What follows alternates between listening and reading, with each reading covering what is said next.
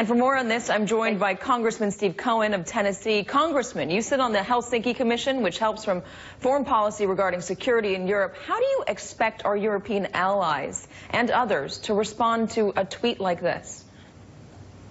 I think they're going to be confused about America's future and our goals in Europe. You know, the president-elect has questioned NATO.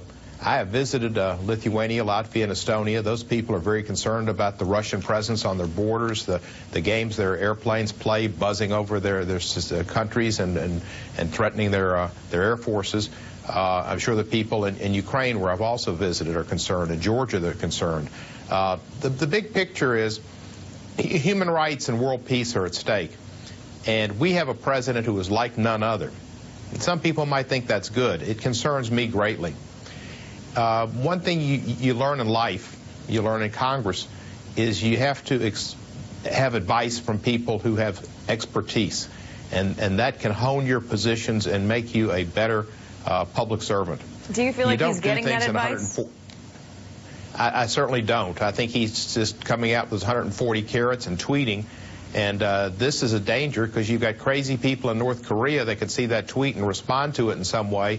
And we could have a real nuclear problem, a war on our hands. There are all kind of problems we can have, and somebody needs to get this man. But I don't know that you can do it. The man is a very self-centered individual, and he's getting the attention that he wants. It's unfortunate. I do think that he should not be doing this during this transition period.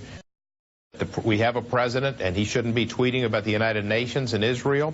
He shouldn't be tweeting about nuclear arsenals, and he should have tweeted about the drone in China. What do you make of the argument? Kind of like well, what do you make of the argument that the Trump transition is making, that this is a time to get around this president to ensure that he has an ability to succeed, and that he has the support he needs to lead this country? We've seen something of that from President Obama refusing to go after Donald Trump repeatedly, trying to make the transition as smooth as possible. Do you think it's time to rally around him, or is it time to second-guess him?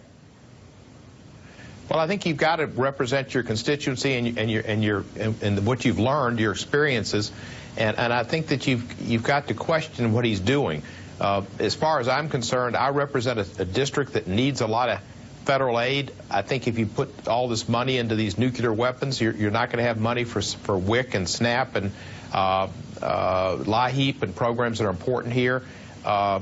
It's a big opportunity cost in the budget. I do think that you have to question his priorities and you have to question what he's doing, but I don't know that he's serious about the nuclear. Bob Gates said we should modernize to maintain our strength, and maybe modernizing is strengthening. But the big question is, does he have the temperament to have the nuclear codes? And that's going to be dependent, as Bob Gates said, on who his advisors are and if he listens to them. I'm afraid he doesn't. I'm afraid he's too impulsive. And Aldous Huxley may understand him. Fellini might understand him. I don't understand him. The American public's in for a rocky ride, and hopefully Mother Earth can survive the next 4 years. Representative Steve Cohen, thank you so much for joining me.